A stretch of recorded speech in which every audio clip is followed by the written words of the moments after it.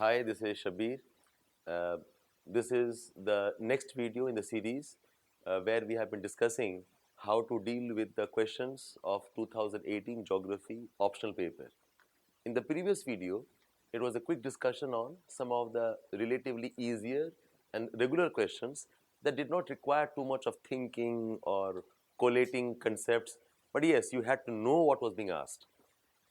In this video, I'll be taking up 3 or 4 questions which are actually lengthy to be answered, but the marks allocated were not as much. How do you deal with questions of this kind? Uh, this problem is also there for questions in GS paper too, where a question can be barely for 10 marks, for 12 marks, but the answer demands a width that probably will take much more time. So how do we deal with those questions, particularly if the questions are compulsory questions? Two of which I've taken up from paper 1, section A. One is question number 1C, which says, describe the causes and the consequences of sea level changes. Now, this is something I'm sure all of you would have anticipated. Okay, sea level changes, environmental problems as a consequence of global warming. This is always a possible question, and I'm sure many of you have prepared this. But to see this question as a 10 marker could actually be a shock, because they're asking us the causes, which in itself is probably a very long answer, and the consequences. If I bring in case studies, if I discuss all aspects and dimensions where sea level can impact us, this can be a very long answer. So how do you deal with this? Now, in this, you have to keep two things in mind. Number one, try to elaborate, focus more on what are the more geographically related concepts. You can have a range of reasons why we have sea level rise, but keep it more to where you can bring in more of geography. One. Number two, discuss the more important things rather than elaborating all the causes and discussing in detail. Rather than elaborating all the consequences in detail, you have to focus on something which is more important. So, in terms of the topics which you will touch on, I said number one, let the discussion be geographically more relevant, and number two, discussions which are more important. Having said this, the second way, another way how you can deal with this question is how you present your answer.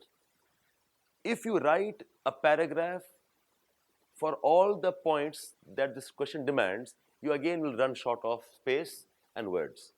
So presentation will include, if you can play with some schematics, flow charts, maybe have a map, and on the map you can depict some specific consequences which are relevant to some parts of the world, rather than mechanical list them down.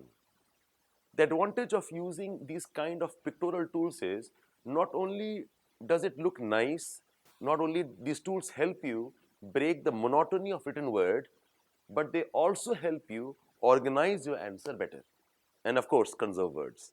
So just to illustrate one point of how you could have done this is, after you have introduced maybe in one sentence, by the way, I would like to stress on this, that in optional, when the questions are barely about 10 or 12 minutes, 12 marks worth, do not have an elaborate introduction. Even one sentence introduction would suffice. Something like sea level change is one of the most important concerns, or sea level rise is one of the pressing geopolitical issues which impact us, or sea level rise it will impact India. Something that you think in one sentence captures the idea, and then you could have used a schematic like what are the causes, and for the causes you need to list down, maybe there are thermal causes, there are tectonic causes, there are causes related to shrinking of glaciers and melting of ice caps, what we also called as mass wasting of ice shelves. You had to know those concepts. I'm assuming you know it. If you write the answer only on global warming and sea level rise, doesn't make sense. When you say global warming, it includes thermal expansion, that water itself will expand.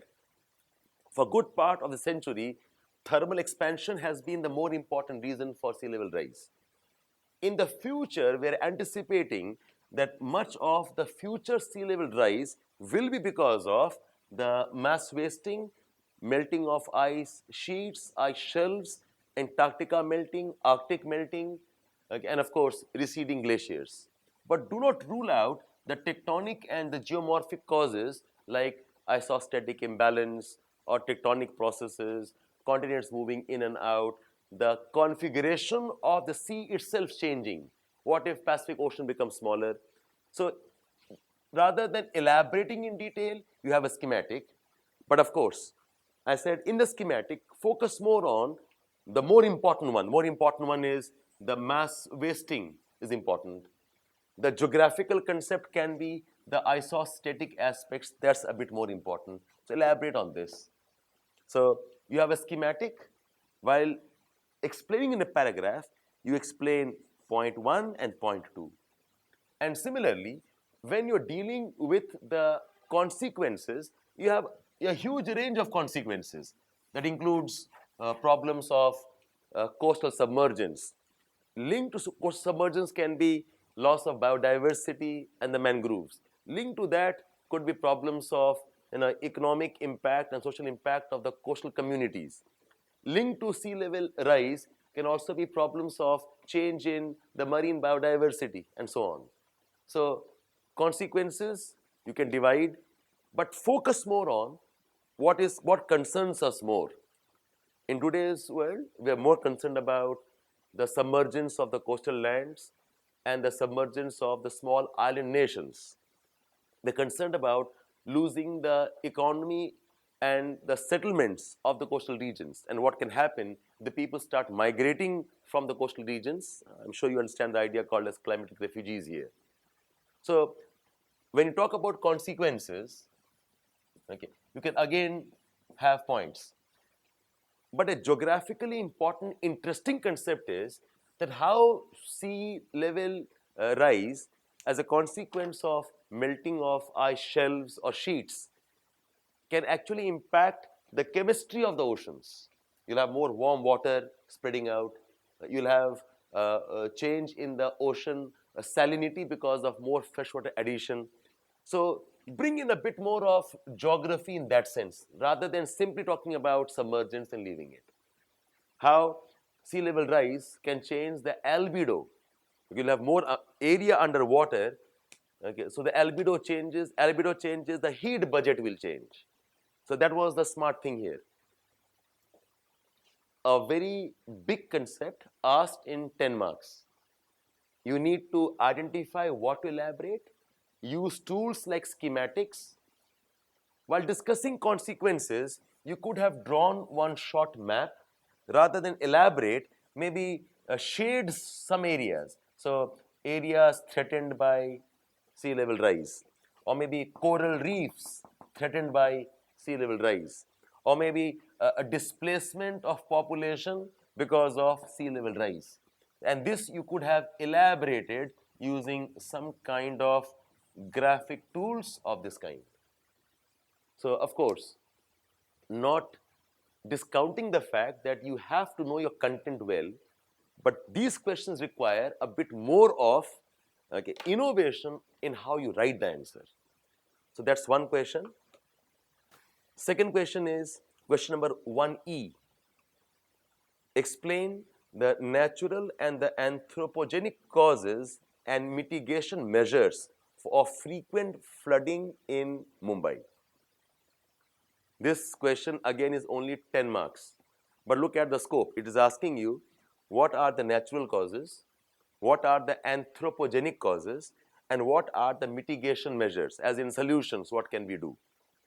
Even if you write half a page on each with diagrams, the answer will spill over to 2.5 pages. So it's impossible. Students are not aware of these issues and they are not expecting it. Flood and drought is always an open question.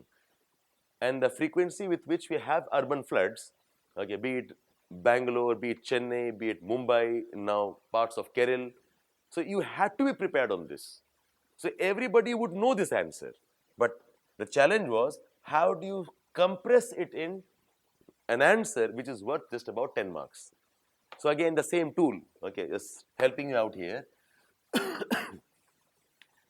Do not elaborate on all the factors and try to identify which are the more critical factors. Like say, and very specifically, it's urban flood.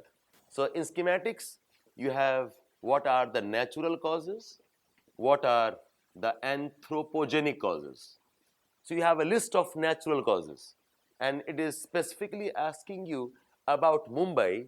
So don't write all the cause of floods, write about the natural factors for Mumbai floods. So don't bring in the factor called as, okay, breach of river banks. Don't bring a factor called as shifting of river courses. Okay, don't talk about tsunamis here.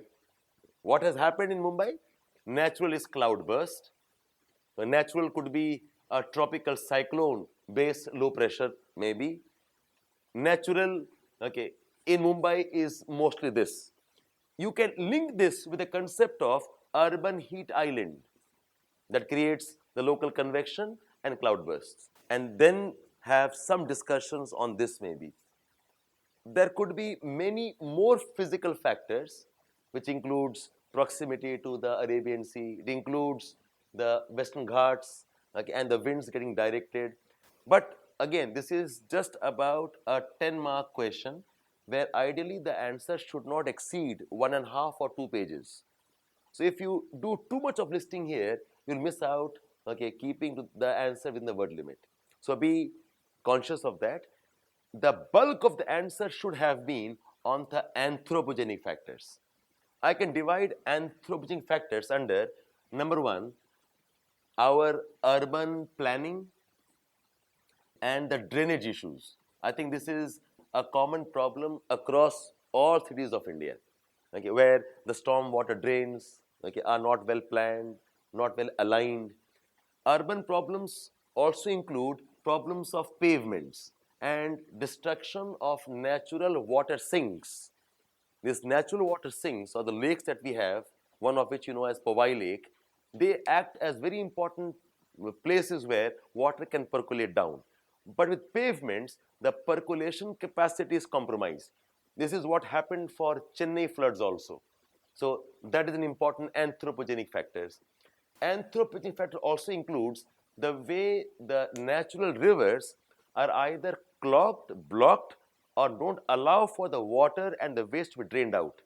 The small local rivers like Worli River is almost packed with detritus and waste disposal. So if the water is allowed to flow, then probably flooding problem would have been less. Otherwise, the low-lying areas will have floods. And along with heavy rainfall, if there are problems of high tides also, you also have extra inundation. So the anthropogenic factors are around these 4-5 things. The anthropogenic factors also include components of disaster management which have not been properly implemented, such as evacuation, such as, okay, forecasting and proper management of resources, where we could have anticipated the problem and taken necessary steps. It's actually a concern for urban planning in India, that now that we know all urban areas are prone to floods, yet evacuation is not always timely. Although the state of Odisha has done commendable work in the last couple of years, but urban areas still lack that element of preparedness. So anthropogenic factors from the perspective of preparedness for disaster management. Now with this, you probably can now move towards what are the mitigation. So if you have got the reasons right, your mitigation solutions automatically flow from this.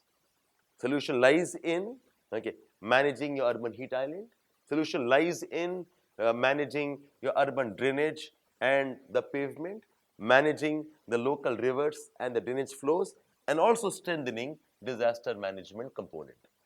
So this is one technique where even if the question has two parts to it, if you have done a good work on the first part, the second part naturally flows from this. That way you conserve your words. Otherwise, you'll end up repeating all the points here. It's actually a duplication of your efforts. So I have discussed two types of questions. So the first question, where the discussion was more on what are the causes and consequences. The second question, where the second part is linked to the first part, and there you will end up controlling the number of words you write. Of course, the answer will be smart if you can add some specifics also. If you can add a specific area which was inundated, a specific colony that got impacted, that adds value. But then I'm assuming that you are writing this answer in the exam hall without extra enrichment. So this is way how you could have managed this answer. So that's about one lengthy question. Now another lengthy question was question number 3, paper 1 again. Question number 3A.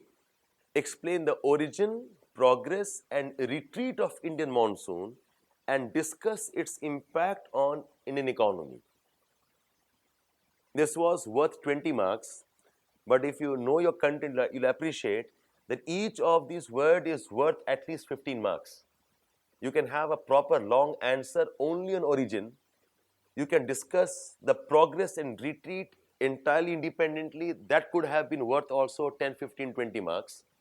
And discussing the impact on the economy is also worth a long answer. So how do you handle this question and keep it within the 20 marks? You have to again use the same 3 tools. Number 1, identify what are the important points, and from that take up what are more important. Number 2, identify the important points, take up which is more geographically related. And the third is try to use schematics. So I'm discussing question number 3A.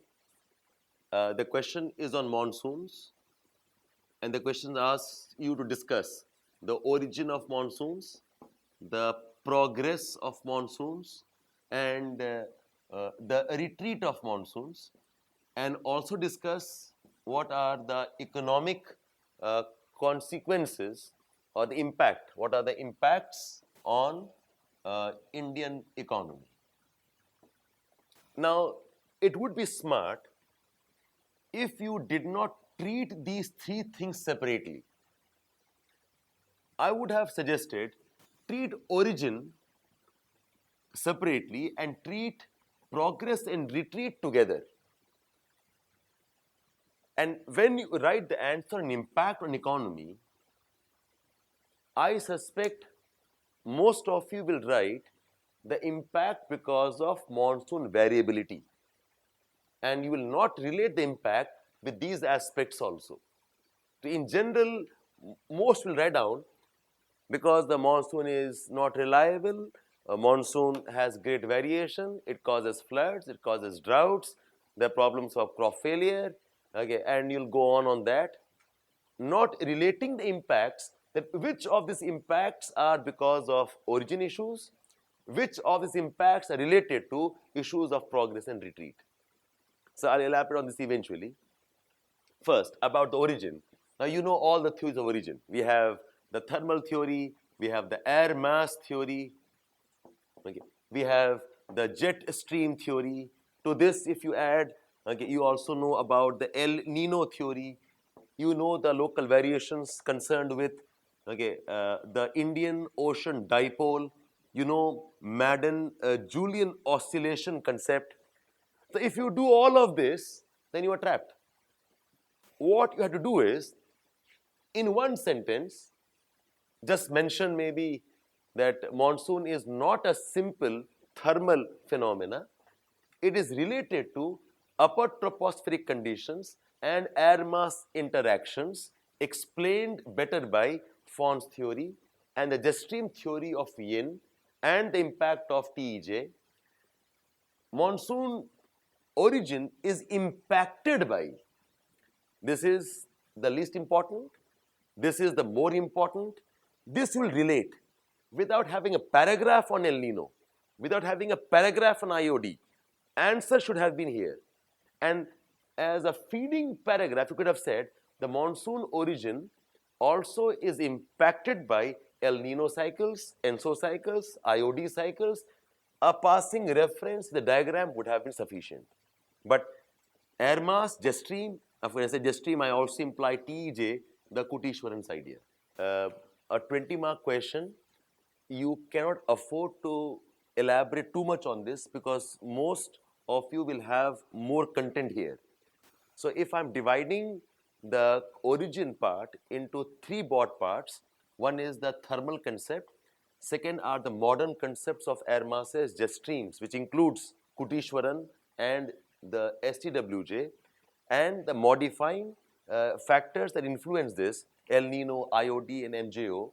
So what we could have done is just about spend one sentence on thermal, just one sentence, mentioning the word Faun's theory maybe, have maybe two paragraphs on air mass concept, NITZ, NSITZ, we could discuss this, and just about some 3 or 4 lines on how El Nino IOD impact the main fundamental factors, which modify the wind systems, which modify the variations in the monsoons.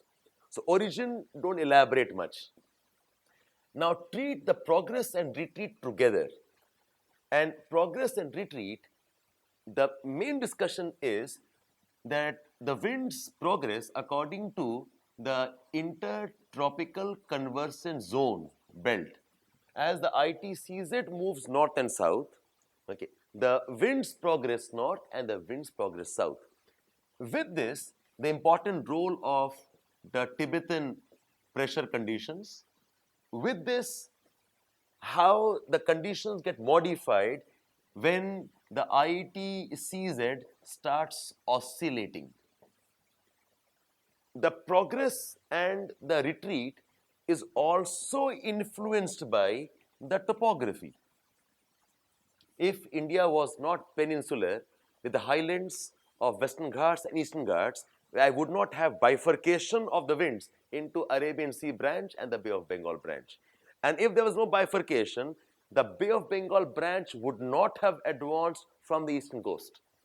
So if you can bring in the topographical control that has controlled this, and because the Bay of Bengal branch reaches last, the retreat also starts from Rajasthan.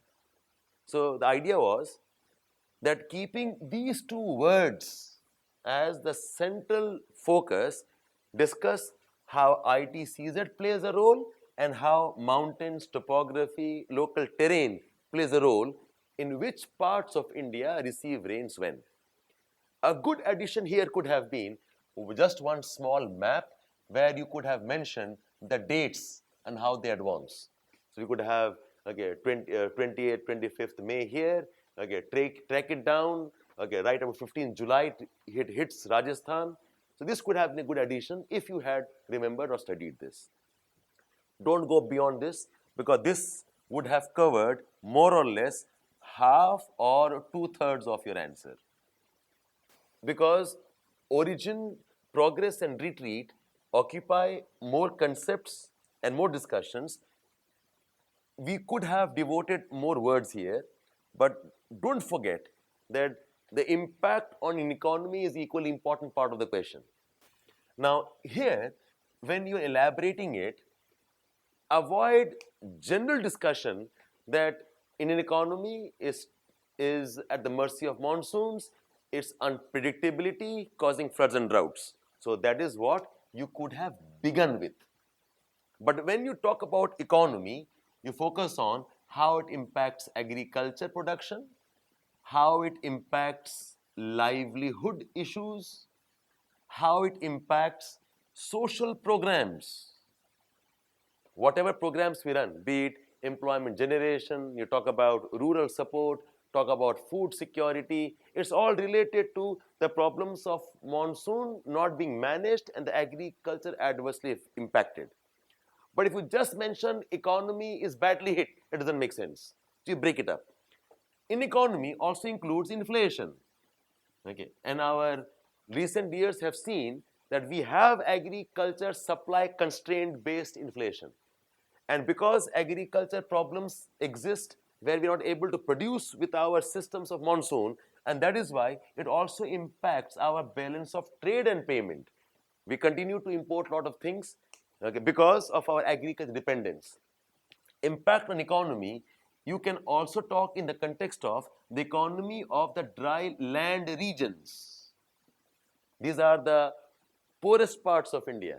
This is where we have the bulk of BPL farmers. This is where we have high dependence on social programs for sustainability, and link this ultimately towards the burden that we have of farmer suicides and the problem because of that. Economy issues have to be discussed around agriculture because that is where monsoon is most important. But the economy aspect also includes issues of disaster management. Every time monsoon, okay, retreats earlier or it retreats later, every time the conditions for the origin change, we have problems of water issues, we have problems of floods and droughts, and how that impacts whole range of other economic issues. So you could have discussed this as only agriculture and left it, or elaborate under some heads. Though there are some suggestions that we can discuss the impact of monsoons also in the context of how monsoon character also is responsible for minerals, how it impacts issues related to other aspects of economy like some industrial. That can be a passing reference, but my opinion, this is where the answer is. And in this, pick up the more important issues. Important issues, inflation is one. Important issues, okay, is the dry land, because this is where your geography also is. Important issues with geography is how it impacts disaster management, because these are important expenditures that we have in our development planning. So, three questions through which I've tried to explain how a lengthy question can be addressed and managed. Please look up the following videos on other type of questions too.